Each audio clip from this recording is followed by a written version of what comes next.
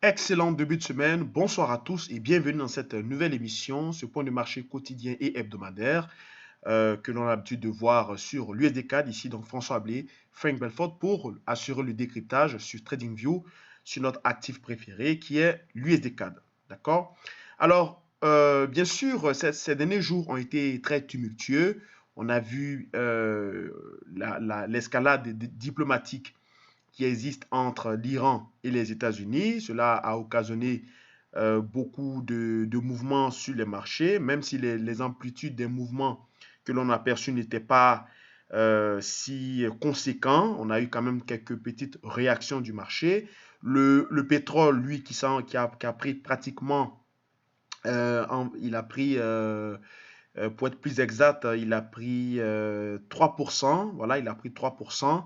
Au niveau des marchés financiers, la réaction n'était pas si percutante que ça, mais on voit que les risques demeurent, d'accord? Les risques demeurent au niveau des tensions diplomatiques, des tensions géopolitiques entre l'Iran et les États-Unis qui sont en train de monopoliser la sphère médiatique, la sphère politique, la sphère financière. En tout cas, tout le monde en parle et c'est vraiment le sujet de ces derniers jours-là. On est parti certainement pour au moins, en tout cas cette année, c'est le bal qui a été ouvert de cette manière. Alors nous, en tant que trader, en tant que analyste sur des marchés financiers, ce qui nous intéresse, ce ne sont pas le pourquoi du comment. Ce qui nous intéresse, ce sont les conséquences que cela aura ou les répercussions que cela aura sur les marchés financiers. Et en l'occurrence, cette guéguerre géopolitique, non seulement au niveau de la Chine et les États-Unis, mais aussi au niveau de l'Iran et des Américains, on a vu que sur les marchés financiers, les mouvements qui ont été engrangés par l'attaque d'abord du drone américain sur les sites iranais qui a occasionné le décès du général héros Qassem Soleimani, n'ont pas eu de répercussions, d'autant plus que la riposte aussi, donc les tirs qui ont été essuyés autour de l'ambassade des États-Unis euh, en, euh, en Irak n'ont pas été aussi sans conséquences. D'accord? Donc, on a regardé sur les marchés, l'amplitude n'a pas été assez mesurée, assez forte. Et donc, par conséquent, on peut dire que les marchés, pour le moment, font fi de cette information qui est quand même cruciale au niveau géopolitique.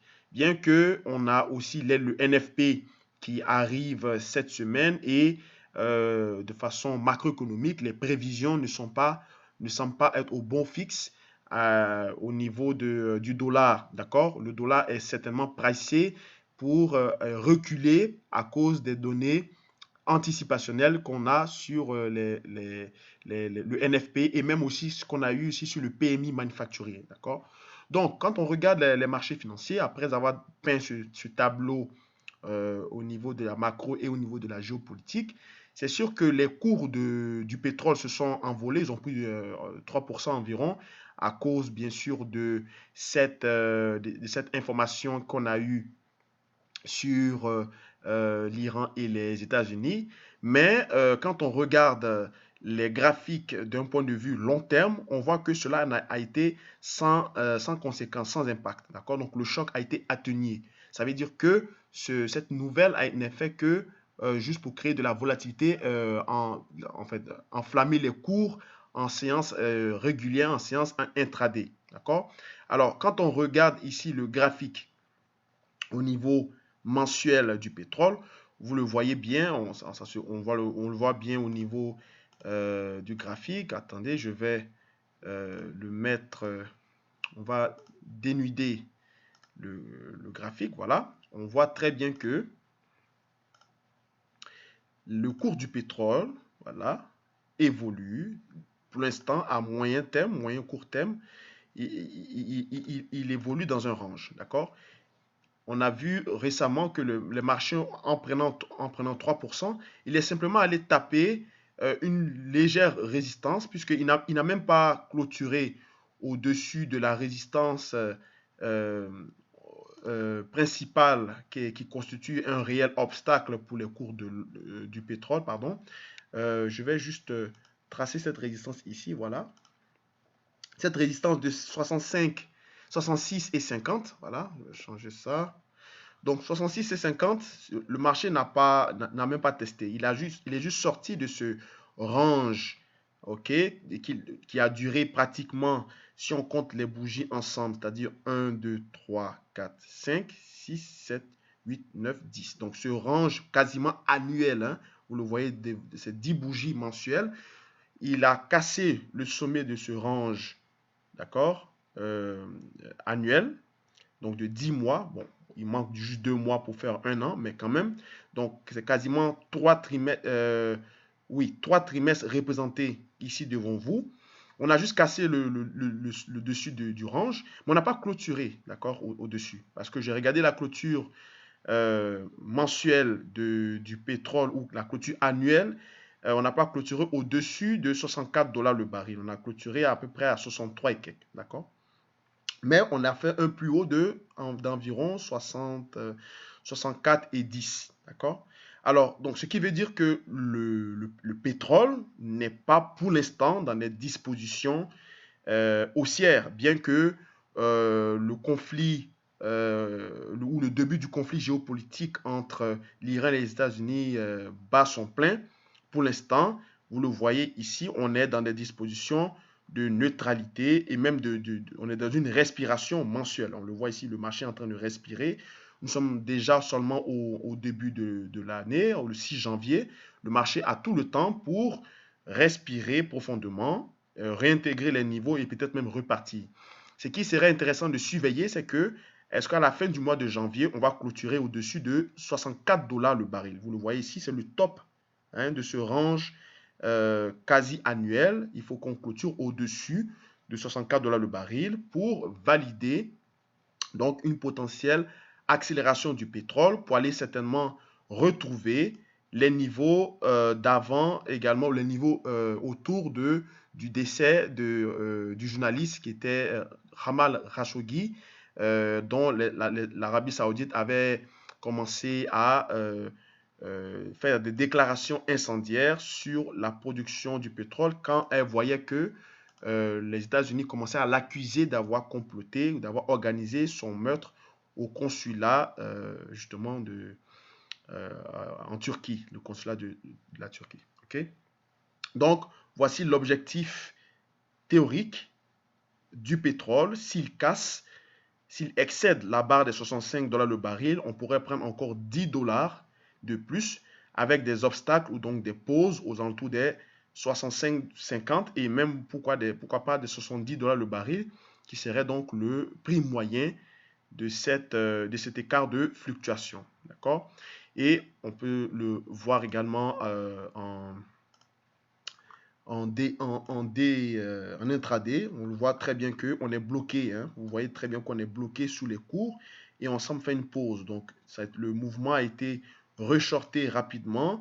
Le gap même a été aussi comblé. Donc, on semble se stabiliser sur les niveaux les plus hauts, malgré cette poussée, cette accélération due aux déclarations incendiaires entre l'Iran et les États-Unis, donc qui alimentent le conflit géopolitique en ce moment. D'accord?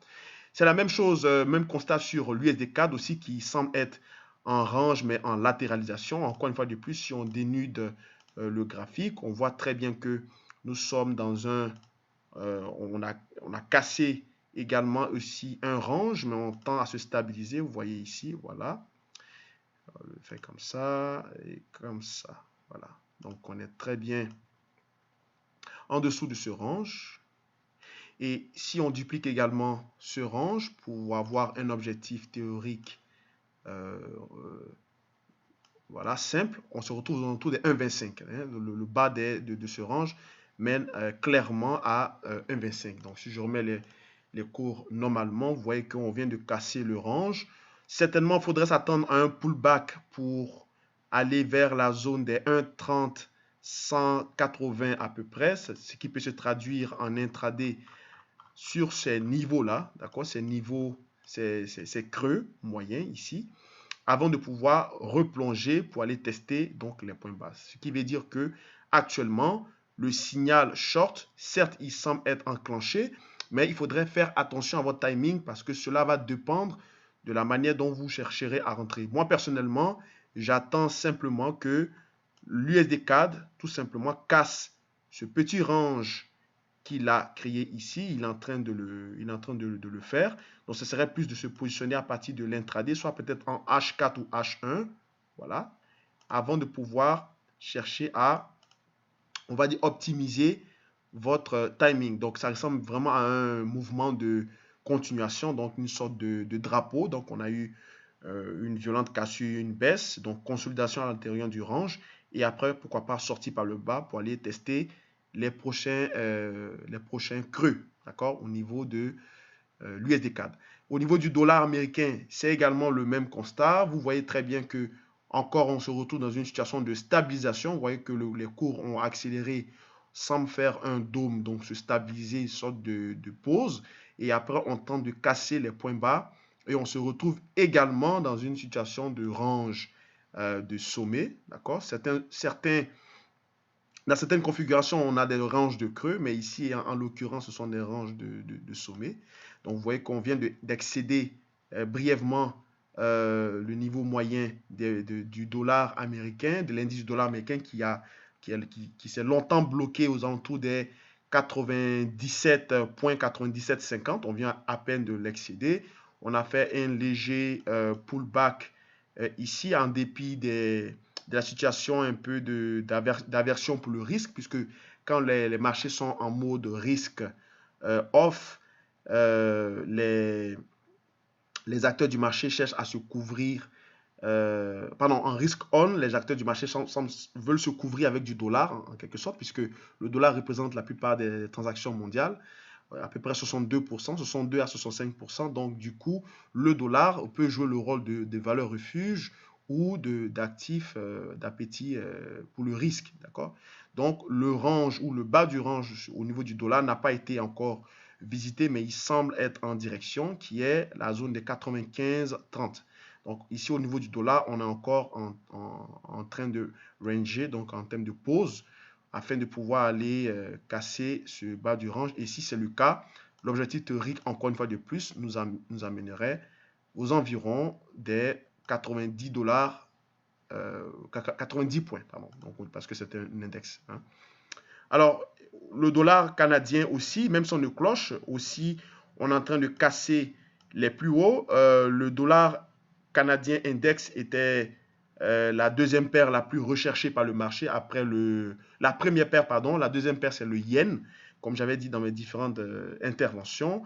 Ici également, nous sommes dans un range. On semble casser le haut du range. Voilà. On a cassé même le haut du range si on se met ici. Donc, cassure du haut du range, léger pullback au-dessus du range et on va aller viser certainement le seuil des 80 points au niveau de l'indice du dollar canadien. Voilà. Donc, vous voyez que ça donne pile poil sur ce niveau ici qui est 80 piles. Et donc, le dollar canadien est dans des dispositions d'accélération compte tenu du pétrole, lui qui se stabilise, mais qui était en accélération à cause justement des différents conflits géopolitiques. Et le dollar canadien semble suivre aussi le pas. Au niveau des chiffres du Canada, ils sont quasiment neutres pour l'instant, voire en léger recul. L'inflation a été quand même très bien maîtrisée en cette fin d'année, d'année 2019. Donc, la période 2019-2020 au niveau de l'inflation au Canada, c'est quasiment maîtrisé. Maintenant, là, on voit bien sûr que l'inflation se répercute à très court terme sur les prix à travers l'accélération donc de ce momentum acheteur, mais on a aussi des indicateurs structurels conjoncturels comme par exemple le PMI et les indicateurs de chômage qui vont certainement montrer la vigueur, vont montrer la force du dollar canadien s'il est encore puissant pour réaliser encore peut-être un intérêt, un appétit pour les investisseurs et notamment pour les cambistes. Donc pour finir dans cette émission, l'objectif à faire, c'est d'attendre la cassure de l'USD CAD au niveau de 1,29 470, 1,29 460 avant de chercher 1,29 470, 1,29 450 avant de chercher à shorter l'USD CAD pour aller viser pardonnez-moi, je vais mettre plutôt alors ici en mois et en jour. Voilà, donc en intraday, si je mets en intraday, par exemple en H1, voilà. Donc l'objectif c'est de chercher d'attendre la cassure de ce range ici pour aller viser les creux, d'accord, les creux qui sont à peu près à ce niveau-là, 1,29 490, 1,29 480, cassure, on short.